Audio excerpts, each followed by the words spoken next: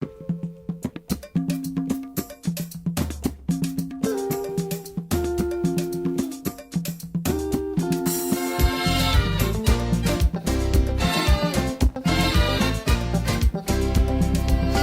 Caadp country implementation guidelines and discuss their use in the implementation of national agricultural investment plans. And for this particular case, we are talking about ASP for Uganda and other programs relevant to agriculture and food security. We needed to understand the specific country context for the SSP implementation and regards to policy and planning, finance and investment, coordination and cooperation, and monitoring and accountability. Looking at the Malabo commitments and looking at the 7th one that talks about the mutual accountability. The team felt we need to build a consensus among agricultural stakeholders around the way forward with respect to how to make ASP Malabo compliant. And my first observation is that from the perspective of the African Union, we are the first country in Africa that is championing this process. Uganda was selected to champion the process of domesticating the Malabo commitments into our agriculture sector strategic plan. And the purpose of being here this morning is to share with the different stakeholders and get to know how we can align our strategic agriculture sector strategic plan to the commitments that were made by our heads of state in order to transform the agriculture sector and keep the agricultural agenda high on the political agenda of this country. And we are happy to share with you this morning what the ministry has done so far, because we are already implementing the agriculture sector strategic plan, and we are in the second year of implementation. And we are here to see, sharing with the stakeholders to what extent we can align our agricultural sector strategic plan to the Malabo commitments. It's not that it is not aligned, but there are some aspects that we need to strengthen in order to have all the stakeholders working together in order to achieve our agriculture agenda. What we understand is that the Malabo arrangement is to mobilize all the national social forces to trigger activity by the productive forces. And of course, each country has unique characteristics, and that's why we are talking about domestication of the Malabo arrangement. What are the main actors, or who are the main actors? Definitely, we know government is very critical in this with the development partners, but very critical to all these are scientists, because we're dealing with matter.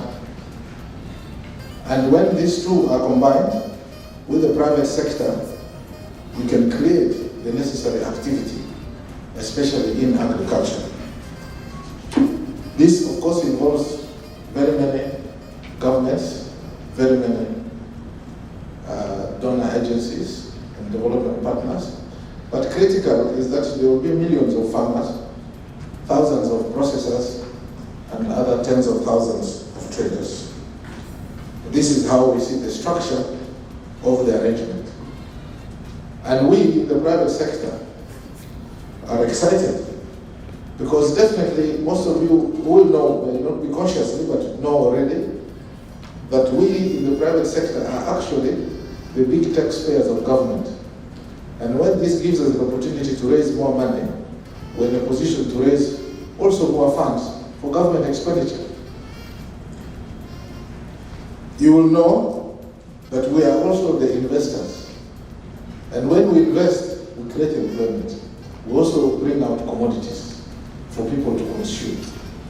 So when we hear government wants to spend, whether 1 or 2 or 10%, we know that we are being facilitated to improve our performance in service delivery. We are also exchange earners in the private sector. And in this regard, especially the agriculture in Uganda, Uganda is not an oil country. If we were Libya, we'd be talking of money on foreign exchange earned by oil. But we're in the agriculture. So if the Libyans and the Namibians can spend on oil and gas, I think it's right that the Uganda government also spends on its main fundamental, the agriculture sector. And that is us. And that's why we're very excited to be part of this.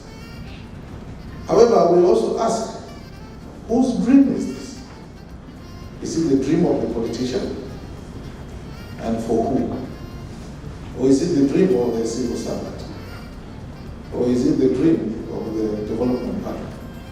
Or is it the dream of the private sector? I think this is very important because nobody can dream for the other unless there's a lot of interchange of ideas and discussions on what the meaning is. So if it is the politician's dream and it is good, then we must domesticate it. If it is the private sector's dream, then we must bring in the politician, including the scientist. Because no one person or one group can do it. But the purpose of it all is not just to say we do it, but we should do it efficiently. Because the world is changing, raw materials are becoming less, the natural resources are being reduced, the farm sector is being run consistently by older generations and with primitive tools. I think we need to look at this critically. There are also the structure of the small and big farmers. There are also the structure of small and big processors. There are also the structure of local and foreign participants. All these matter if we're going to integrate and make sense out of it. Because it's not in isolation. It is everything is connected. So it is the integration of all this that will make us succeed. We are glad to be a part of the stakeholders charting the development agenda for the agriculture sector in Uganda and have a lot of good to look forward to from today's deliberations. The agriculture sector is a fundamental bedrock of Uganda's economy, not only employing the biggest share of the active labor force, but also substantially contributing to the country's GDP. We therefore owe it to the farming community, country and region at large, to gently work out ways of transforming the agriculture sector to transform to benefit Uganda's economy.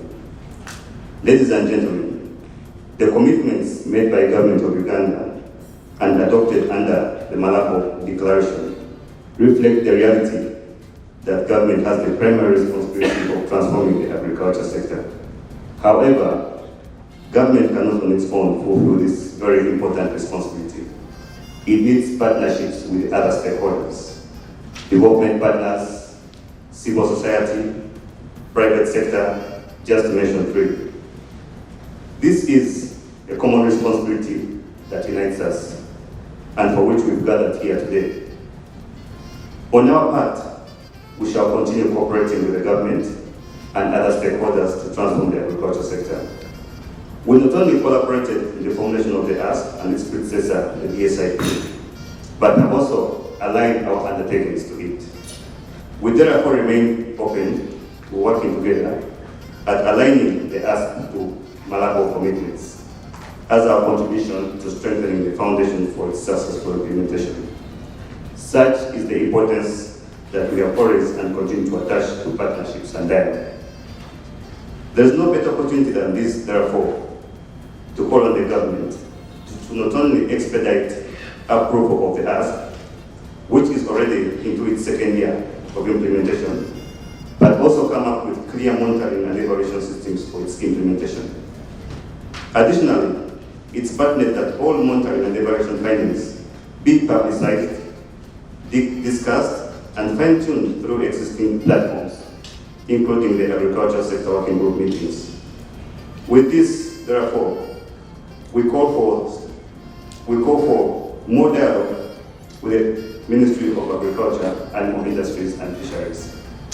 We would also like to emphasize the importance of ensuring an enabling environment for the private sector to facilitate agriculture development, as they laid out in the ask.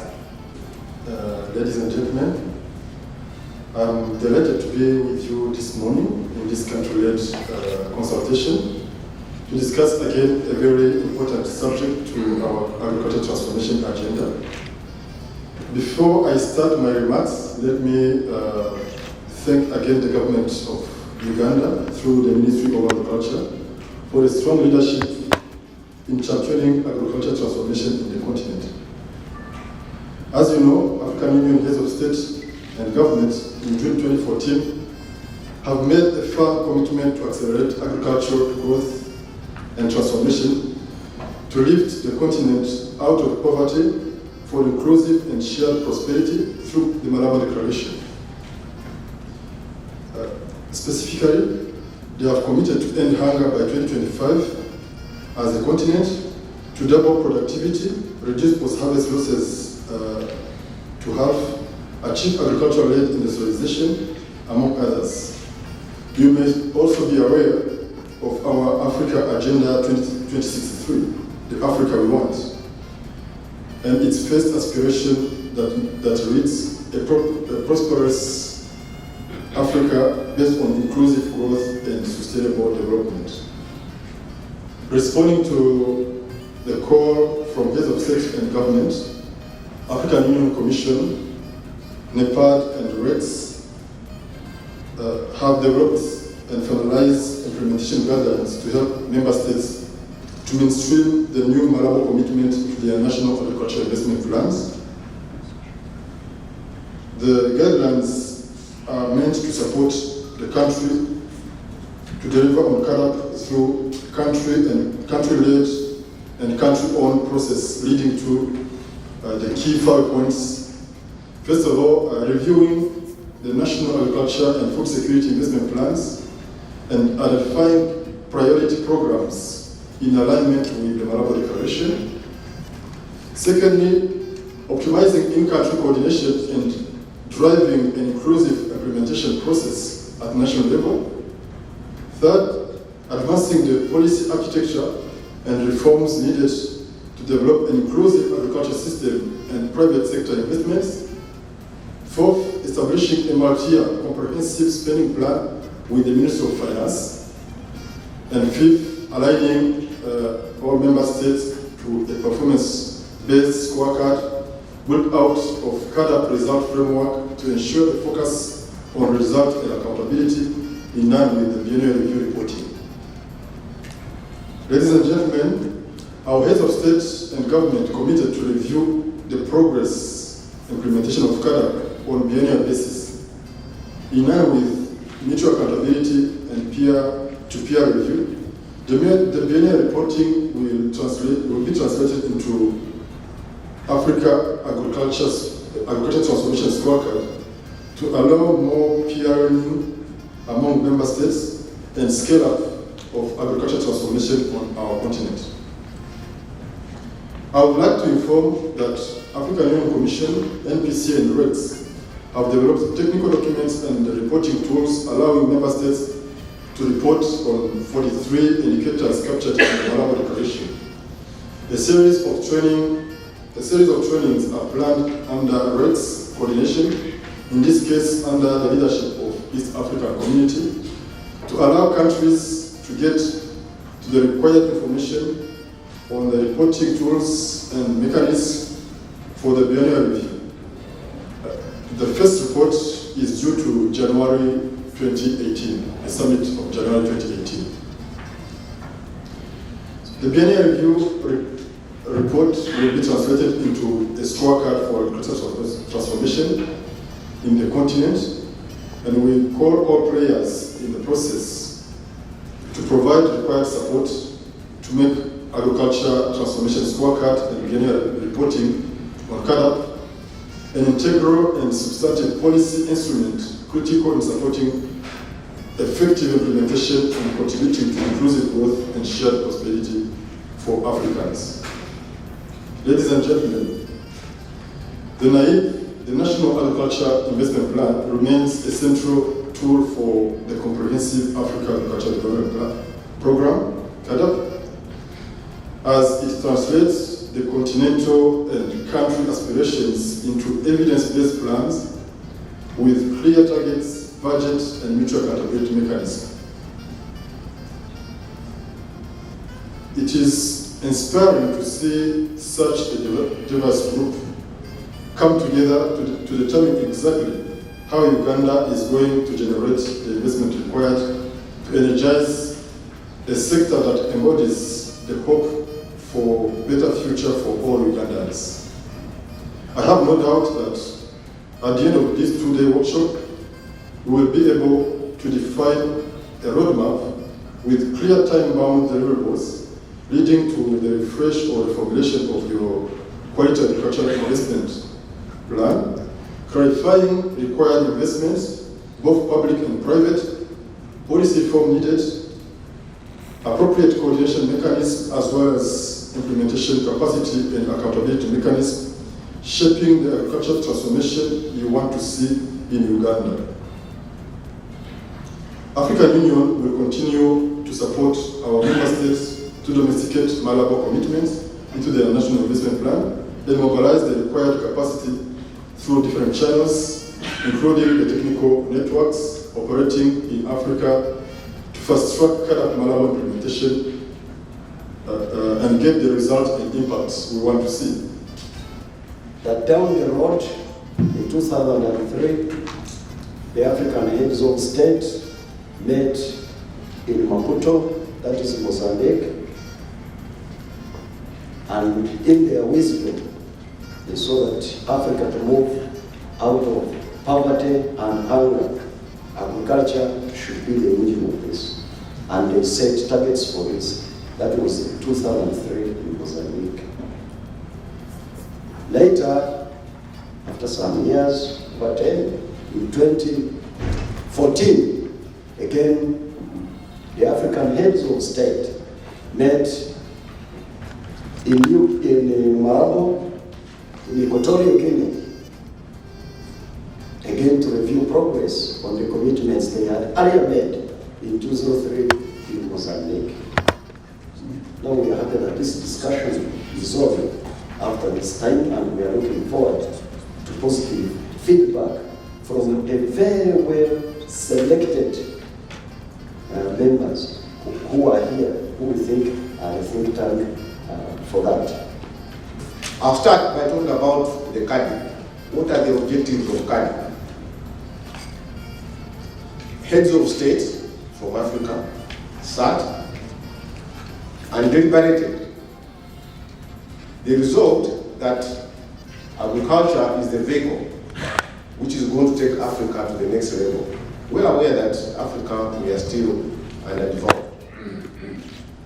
And they truly committed the percentage, which is 10%, which they wisely believe is going to drive the sector into the next level. The expectation was that the sector would at least contribute at least 6% to the GDP. These are very broad and ambitious expectations, which must be looked at seriously with a clear eye, with a view of developing Africa.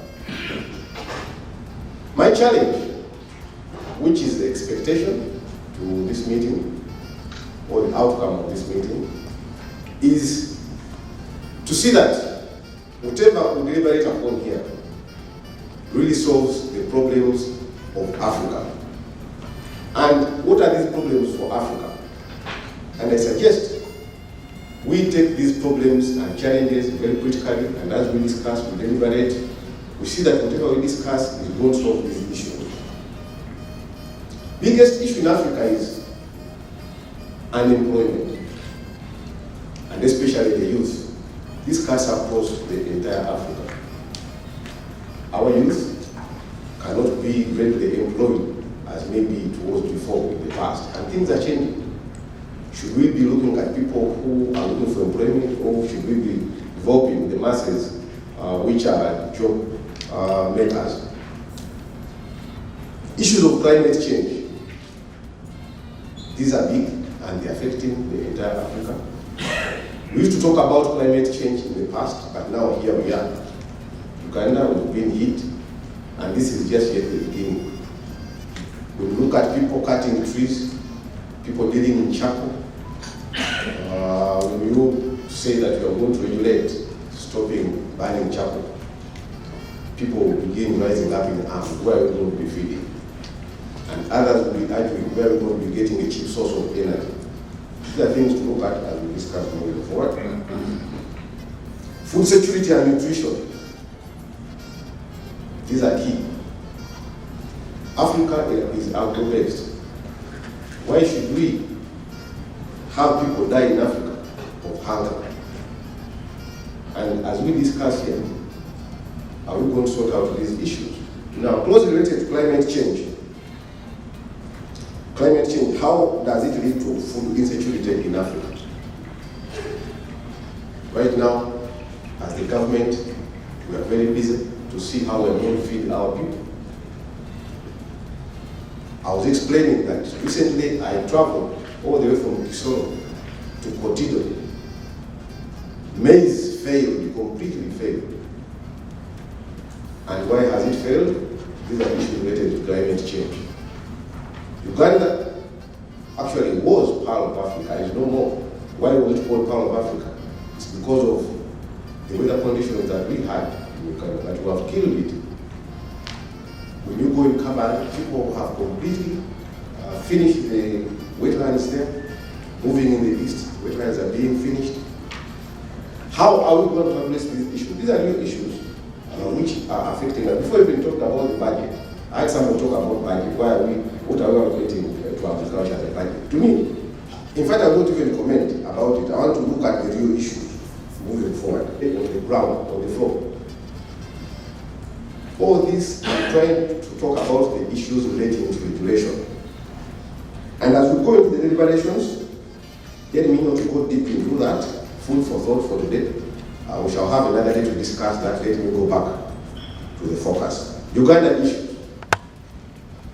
Like I've mentioned, we're trying to change agriculture from subsistence to commercial agriculture. And we're looking at food security for our people. This is under one area for agriculture.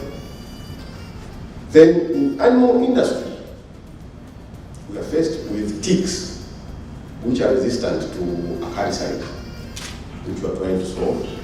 And again, if I were to go deep into why did we have that issue, again, it will be another day to finish. In fisheries, we have illegal fishing to the extent that 13 factories which had invested heavily into the country had to close because there is no longer enough supply of fish. And it is our people who are right in the lake killing these fish. When you go to most of these places, you will find this fish, now patch, which could grow to even, I would say, 100 kilograms, being caught at less than the size of the silver fish, which is mukene. Meet the growth targets that had been projected, but we are on the right track to contribute generously to the success of this meeting. In the same spirit, let's dedicate these 2 days to come up with a clear roadmap for effective implementation of ASP and Caadp Malabo commitments. And whatever we come up with, let it be solution-based, and the outputs let them be solution-based to sort out the issues of Uganda and Africa. Once again, I wish to thank everybody who is here today and who has taken part in arranging this workshop. And I know you've taken off time from your busy schedules to come here. It demonstrates the commitment and will that you have towards the sector into transforming it to being commercial, not only in Uganda, but in Africa. It is now my duty and honor to declare this workshop officially open.